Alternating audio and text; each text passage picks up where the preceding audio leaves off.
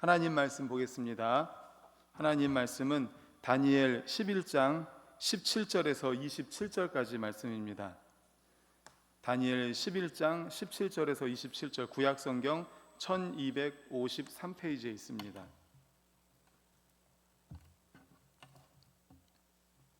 다니엘 11장 17절에서 27절까지 우리 17절에서 27절까지 다 같이 읽겠습니다. 시작. 그가 결심하고 전국에 힘을 다하여 이르렀다가 그와 화친할 것이요 또 여자의 딸을 그에게 주어 그의 나라를 망하게 하려 할 것이나 이루지 못하리니 그에게 무익하리라. 그 후에 그가 그의 얼굴을 바닷가로 돌려 많이 점령할 것이나 한 장군이 나타나 그의 정복을 그치게 하고 그 수치를 그에게로 돌릴 것이므로 그가 드디어 그 얼굴을 돌려 자기 땅 산성들로 향할 것이나 거쳐 넘어지고 다시는 보이지 아니하리라. 그 왕위를 이을 자가 압제자를 그 나라의 아름다운 곳으로 두루 다니게 할 것이니 그는 분노함이나 싸움이 없이 몇 날이 못되어 망할 것이요 또 그의 왕위를 이을 자는 한 비천한 사람이라. 나라의 영광을 그에게 주지 아니할 것이나 그가 평안한 때를 타서 속임수로 그 나라를 얻을 것이며 넘치는 물 같은 군대가 그에게 넘침으로 말미암아 패할 것이요 동맹왕 왕도 그렇게 될 것이며 그와 약조한 후에 그는 거짓을 행하여 올라올 것이요 소수의 백성을 가지고 세력을 얻을 것이며 그가 평안한 때에 그 지방의 가장 기름진 곳에 들어와서 그의 조상들과 조상들의 조상이 행하지 못하던 것을 행할 것이요 그는 노략하고 탈취한 재물을 무리에게 흩어주며 계략을 세워 얼마 동안 산성들을 칠 것인데 때가 이르기까지 그러하리라. 그가 그의 힘을 떨치며 용기를 다하여 큰 군대를 거느리고 남방 왕을 칠 것이요 남방 왕도 심히 크고 강한 군대를 거느리고 맞아 싸울 것이나 능히 당하지 못하리니 이는 그들이 계략을 세워 그를 침이니라. 그의 음식을 먹는 자들이 그를 멀하리니 그의 군대가 흩어질 것이요 많은 사람이 엎드러져 죽으리라. 이 두 왕이 마음에 서로 해하고자 하여 한 밥상에 앉았을 때 거짓말을 할 것이라. 일이 형통하지 못하리니 이는 아직 때가 이르지 아니하였으므로 그 일이 이루어지지 아니할 것임이니라. 아멘. 할렐루야. 아멘. 우리 주변에 계신 분들과 인사할까요? 전도하면 형통합니다 하고 인사하겠습니다. 전도하면 형통합니다. 할렐루야. 저하고도 인사하겠습니다. 전도하면 형통합니다. 할렐루야. 아멘. 네, 오늘은 다니엘 11장 17에서 20절을 본문으로 우리의 걸음을 인도하소서라는 제목의 말씀으로 함께 은혜를 나누고자 합니다. 우리가 계속 지금 다니엘 11장 말씀을 함께 나누고 있는데 이 다니엘 11장은 남방 왕과 북방 왕의 싸움에 관한 말씀이 계속 이어지고 있습니다.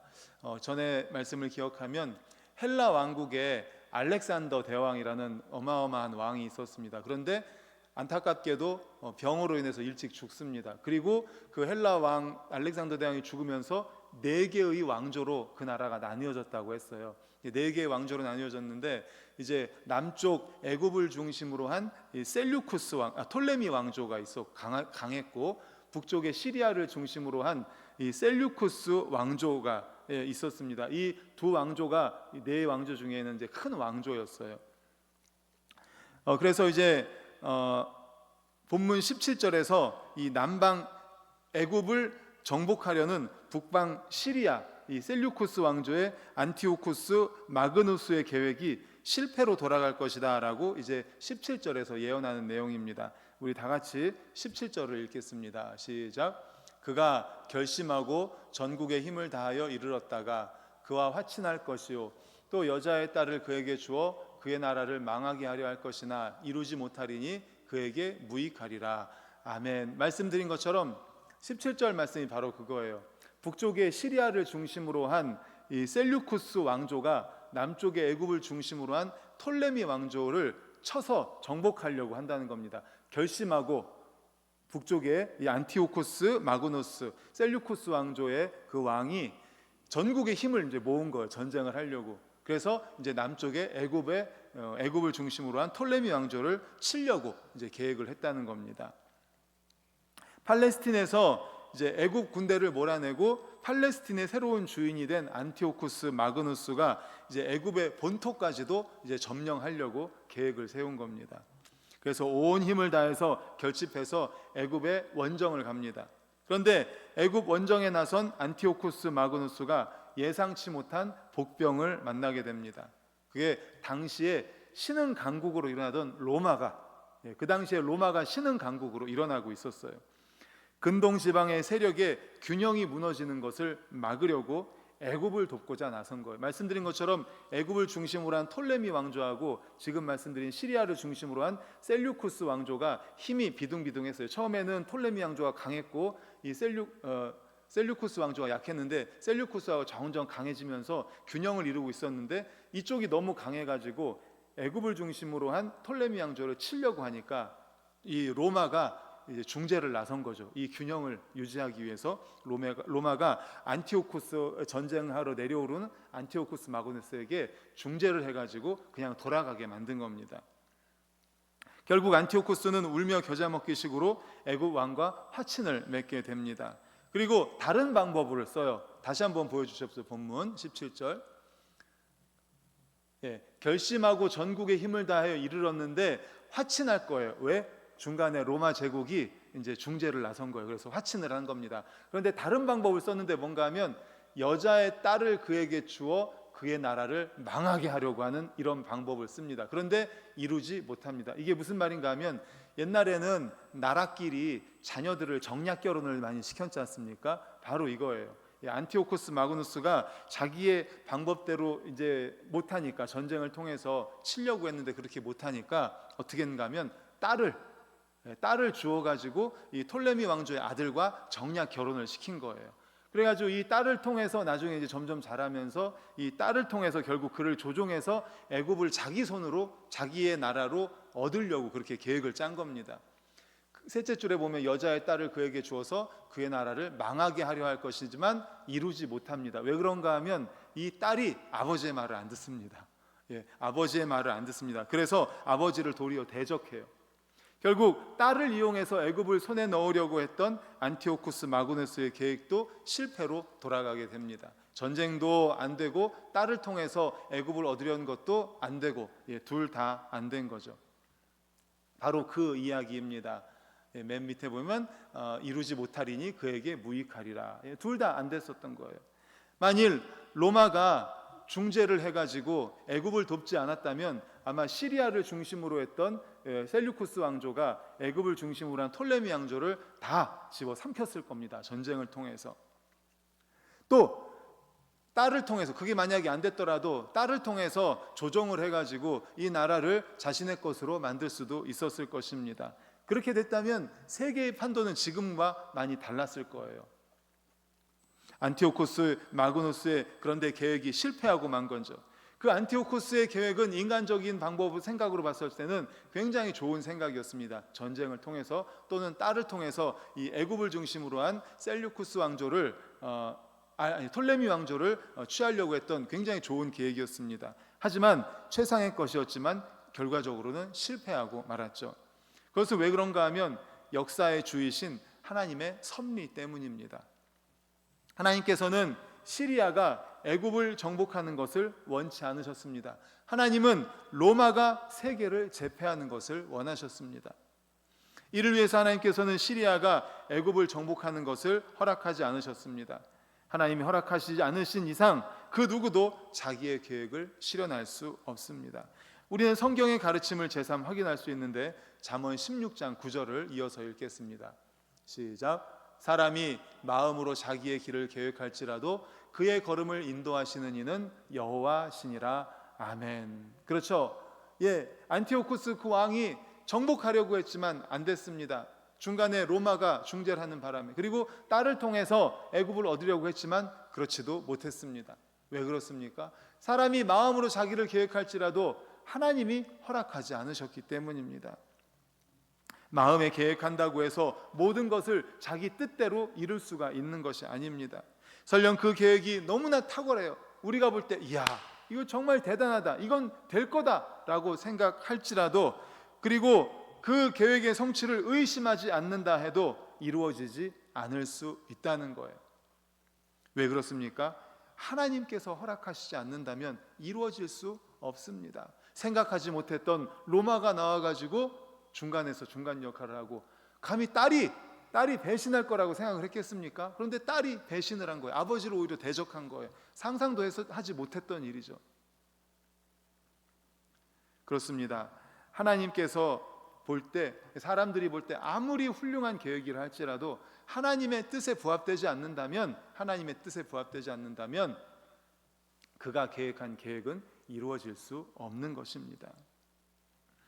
그러므로 사랑하는 성도 여러분, 오늘 우리에게 주시는 말씀도 이 말씀을 통해서 깨달을 수 있습니다. 우리가 어떤 일을 계획할 때 먼저 이것이 하나님의 뜻에 맞는지, 하나님의 뜻에 부합하는지를 먼저 기도하고 계획할 수 있기를 간절히 축원합니다. 아멘. 우리가 자기의 길을 마음으로 아무리 계획한다 할지라도 그 걸음을 인도하시는 분은 하나님이십니다. 그러니까 하나님의 뜻에 부합하지 않는다면, 우리의 계획이 하나님의 뜻에 부합하지 않는다면 하나님이 정말 우리가 생각하지 못한 방법으로 다 막으실 수 있는 거예요. 안 되게 하실 수 있는 거예요. 왜요? 하나님의 뜻이 아니니까.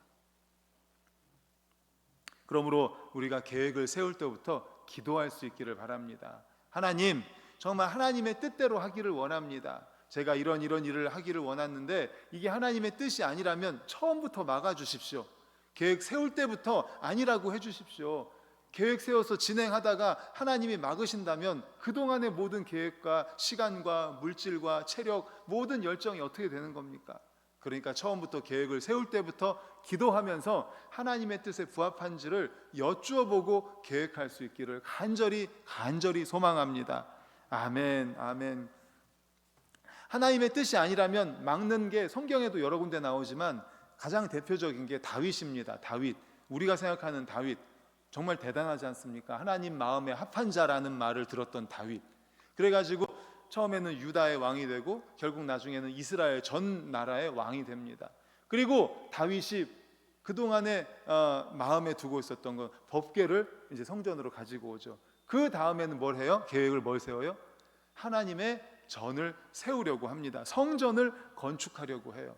그런데 하나님이 어떻게 했을까요? 막았죠. 예. 아니, 성전 건축하는 것이 얼마나 하나님이 기뻐하시는 일일까? 그런데 다윗, 네가 할 일이 아니다. 네 아들이 할 일이다. 그래서 결국 솔로몬이 성전을 건축하고 다윗은 그 성전 건축을 위한 재료들을 다 준비해 놓지 않습니까? 이렇게 무슨 계획이든지 하나님의 뜻에 합당해야 됩니다. 잠언 16장 1절도 우리 화면 보고 읽을까요? 16장 1절 시작. 마음의 경영은 사람에게 있어도 말의 응답은 여호와께로부터 나오느니라. 아멘. 이 잠언 16장의 말씀이 바로 이런 말씀이 많아요. 아까도 16장 9절 읽었잖아요. 사람이 마음으로 자기의 길을 계획해도 그 걸음을 인도하시는 분은 하나님이시고, 우리가 마음으로 어떤 일을 경영하고 준비하고 할지라도 그 응답은 여호와께로부터 나온다. 하나님께 그 응답의 결정이 있다라는 겁니다. 계획을 세우는 건 우리지만 결정하고 최종 결제를 내리시는 분은 하나님이시라는 겁니다. 그렇습니다. 하나님이 만물의 경영자입니다. 인생의 결과는 만물을 당신의 뜻대로 주관하시고 이끌어 가시는 하나님에게 있는 것입니다. 하나님은 우주 만물을 지으실 때 만물이 당신의 뜻과 섭리에 따라 움직이도록 만드셨습니다. 즉 우주 만물은 그것을 지으신 하나님께서 친히 경영하시는 것입니다. 그러므로 이 세상에 일어난 일 가운데 하나님의 간섭 없이 일어난 일은 단 한 가지도 없습니다. 그것은 우리 인간의 일에 있어서도 마찬가지입니다. 인간은 어떤 피조물에게도 없는 사고의 능력이 있습니다. 결정도 합니다. 실행의 의지도 주어졌습니다. 그러한 계획이 그러나 하나님의 뜻과 배치된다면 인간은 자신의 계획과는 전혀 다른 결과를 맞이하게 되는 것입니다.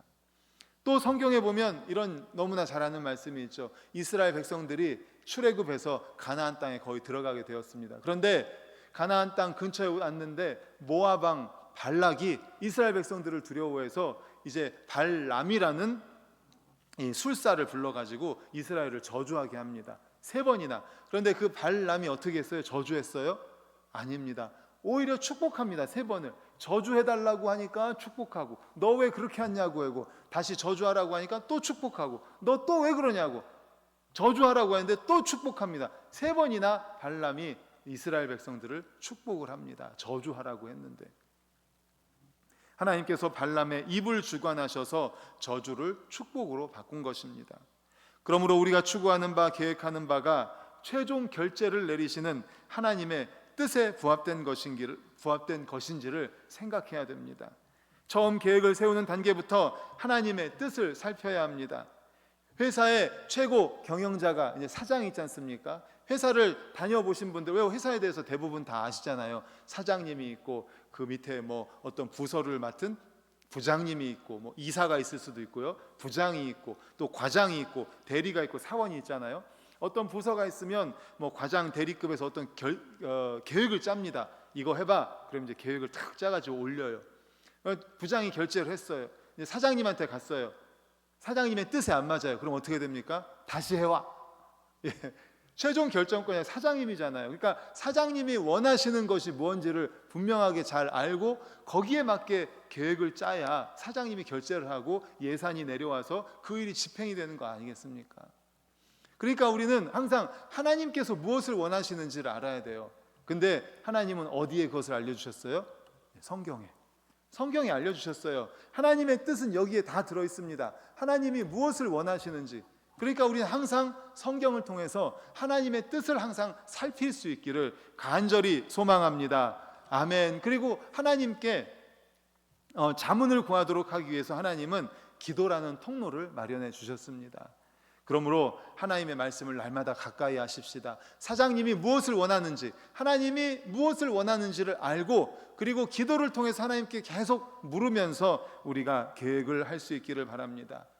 그리고 그 계획이 정말 하나님의 뜻에 맞는 계획이라면 하나님께서 정말 순탄하게 순적하게 열어주실 줄로 믿습니다. 이러한 하나님의 인도하심을 경험하실 수 있기를 간절히 축원합니다. 아멘, 아멘.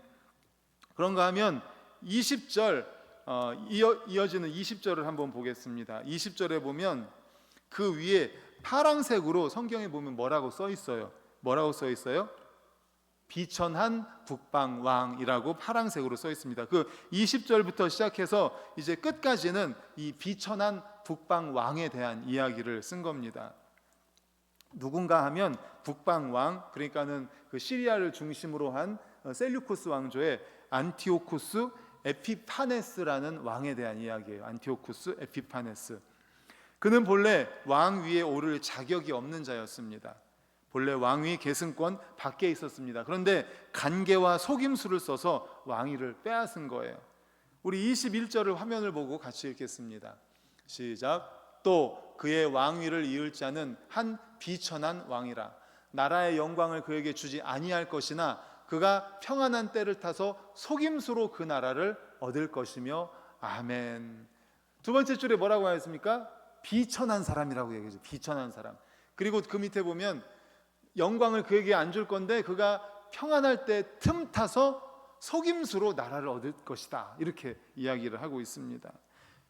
그러니까 비천한 왕이라고 한 것이, 비천하다고 하면 우리가 가난하다 이렇게 생각하는데 가난해서 비천한 왕이 아니라 이렇게 간교하고 성품이 너무 간교하고 비열한 사람이기 때문에 비천한 왕이다라고 한 겁니다.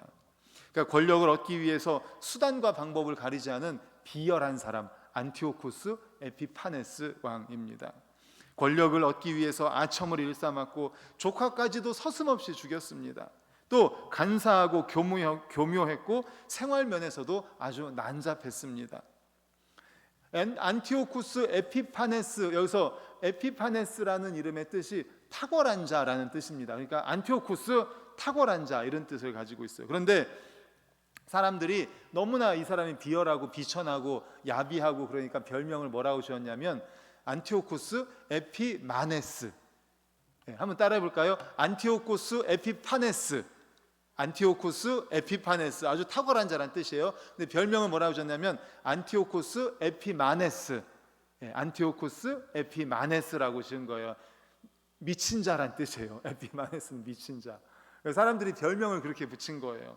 얼마나 나라를 통치하는데도 속임수를 쓰고 조카까지도 죽이고 나라를 통치하는데 아주 비열하고 비천하고, 평안한 때를 타서 속임수로 나라를 얻고, 그러니까는 모든 사람들이 다 아는 거예요. 백성들이 다, 야, 정말 비열하고 야비하고 아주 그냥, 그러니까 이제 에피마네스, 미친 자다, 안티오쿠스 미친 자, 이렇게 별명을 불러서 백성들이 막 이야기를 한 거죠. 어느 정도였냐면 동맹을 맺고 왕위에 오른 자도 축출하고, 또 애굽에 대해서는 평화 정책을 추구하면서 뒤로는 애굽 땅을 점령하고, 진짜 정상적이지 않은 모든 방법을 다 쓰는 야비하고 비열하고 그런 왕이었던 겁니다. 그래서 처음에는 미약하게 시작했지만 점점 강력해진 거예요. 넓은 나라를, 지역을 다스리는 왕이 되었습니다. 속임수로 승리와 번영을 얻은 거죠. 그는 누구를 상징하는가 하면 마지막 때 결정적으로 나타나 속임수로 사람들을 미혹하고 자기 세력을 확장할 적 그리스도의 예표가 되는 인물입니다. 바로 안티오쿠스 에피파네스는 적 그리스도에 대한 예표인 거죠. 에피파네스는 율법에서 그 많은 돼지고기로 희생 제사를 드리게 하기도 하고, 또 자기 신상을 만들어서 세우고 유대인들로 하여금 숭배하기도 하고, 정말 에피마네스라고 별명이 불려질 정도의 그런 미친 짓을 정말 많이 했습니다. 때문에 그는 하나님에 의해서 성경에 뭐라고 나왔어요? 비천한 자다, 이렇게 성경에 기록이 된 겁니다. 그래서 결국 그는 하나님의 심판을 받고 죽임을 당합니다. 이처럼 겉으로 보기에는 부귀도 많이 얻었습니다. 비열한 방법으로 부귀를 많이 얻었죠. 또 땅도 많이 얻었습니다. 권력도 얻었습니다. 재물도 얻었고 지위도 얻었습니다. 비열한 방법, 속임수 등등을 많이 써가지고. 하지만 하나님께 비천한 자로 여겨서 버림을 받았을 뿐입니다. 이러한 자들은 하나님을 두려워하지 않고 자기가 세상에서 최고인 것처럼 행동하고 거들먹거립니다. 이러한 자들은 사람들을 위해 군림하는 것처럼 보이지만 실상은 사람들에게조차 멸시를 받습니다. 하나님께는 전혀 무가치하고 하나님 나라의 해로운 자들에 불과합니다. 그러므로 하나님께서는 이들을 심판하십니다. 그에 반해서 겉으로 비천해 보일지 모르지만 하나님께 존귀와 영광을 받는 자들이 있습니다. 바로 하나님을 경외하는 자들입니다. 사무엘상 2장 30절 우리 화면 보고 같이 읽겠습니다. 시작. 그러므로 이스라엘 하나님 나 여호와가 말하노라. 내가 전에 네 집과 네 조상의 집이 내 앞에 영원히 행하리라 하였으나 이제 나 여호와가 말하노니 결단코 그렇게 하지 아니하리라. 나를 존중히 여기는 자는 내가 존중히 여기고 나를 멸시하는 자를 내가 경멸하리라. 아멘. 하나님이 뭐라고 말씀하십니까? 밑에서 셋째 줄, 나를 존중히 여기는 자는 내가 존중히 여기겠다. 그리고 나를 멸시하는 자는 내가 경멸하겠다. 이렇게까지 말씀하십니다. 하나님을 경외하며 존중히 여기는 자에게 놀라운 은혜와 축복을 주시겠다는 겁니다. 또 잠언 8장 17절에도 말씀합니다. 이어서 보여주세요. 시작. 나를 사랑하는 자들이 나의 사랑을 입으며 나를 간절히 찾는 자가 나를 만날 것이다. 아멘. 예, 나를 사랑하는 자들이 나의 사랑을 입고 나를 간절히 찾는 자가 나를 만날 것이다. 하나님을 전혀 사랑하지 않고 하나님을 존중하지 않으면서 하나님께 우리는 존중받을 수 없습니다. 하나님을 사랑하지 않으면서 어떻게 사랑을 받을 수가 있겠습니까? 그러므로 하나님을 경외하십시다. 하나님을 사랑하십시다. 하나님을 존중히 여기십시다. 십계명에도 이렇게 말씀합니다. 출애굽기 20장 6절 다 같이 읽겠습니다. 시작. 나를 사랑하고 내 계명을 지키는 자에게는 어디까지요? 천대까지 은혜를 베푸시겠다. 이렇게 약속하고 계십니다. 그러므로 사랑하는 성도 여러분, 하나님을 사랑하실 수 있기를 간절히 소망합니다. 하나님을 경외하시고 존중하실 수 있기를 간절히 소망합니다. 그러면 하나님께서 존귀히 여겨주실 것입니다. 하나님께서도 사랑해 주실 것입니다. 우리를 높여 주실 것입니다. 진정 하나님께 복받는 그러한 존귀한 백성들로 삼아 주실 것입니다. 그러한 모든 백성들 되시기를 간절히 축복합니다. 아멘. 이 시간에 우리 찬양하고 기도하도록 하겠습니다.